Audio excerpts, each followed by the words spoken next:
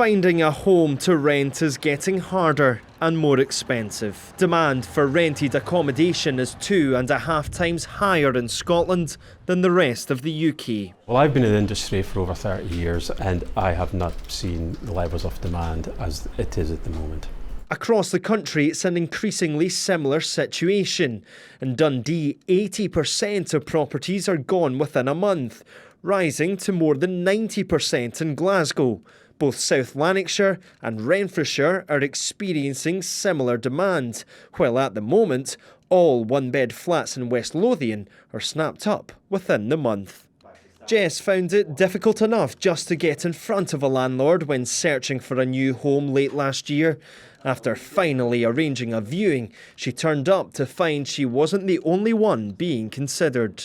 We were ushered around the flat very quickly, just in and out of the rooms very fast, and then we were all told to gather outside the front of the flat in a semicircle around the landlords. He just said, what do we do now? What do you want to do? Everyone was looking at each other a lot. You could tell we were all sort of taken aback by it and a little bit uncomfortable.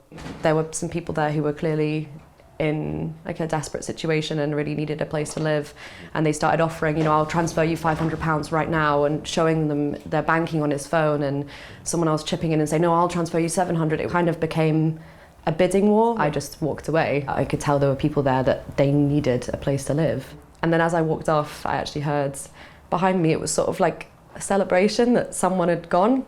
The landlord was like, oh, one down. But the body representing Scottish landlords say they're not aware of members starting bidding wars. They claim tenants are offering over the odds. Can you categorically rule out that bidding wars don't happen within Scotland? I can't rule that out because I don't know exactly, obviously, what every landlord or every letting agent in Scotland actually does. If you were to ask me, do you think that might become the norm in the future? I would say yes, I do think that could be the consequence of a lack of supply and a huge demand on the sector in the future. Government and local authorities say they're considering all solutions. But in the meantime, hundreds, if not thousands of people are struggling to find a place to call home.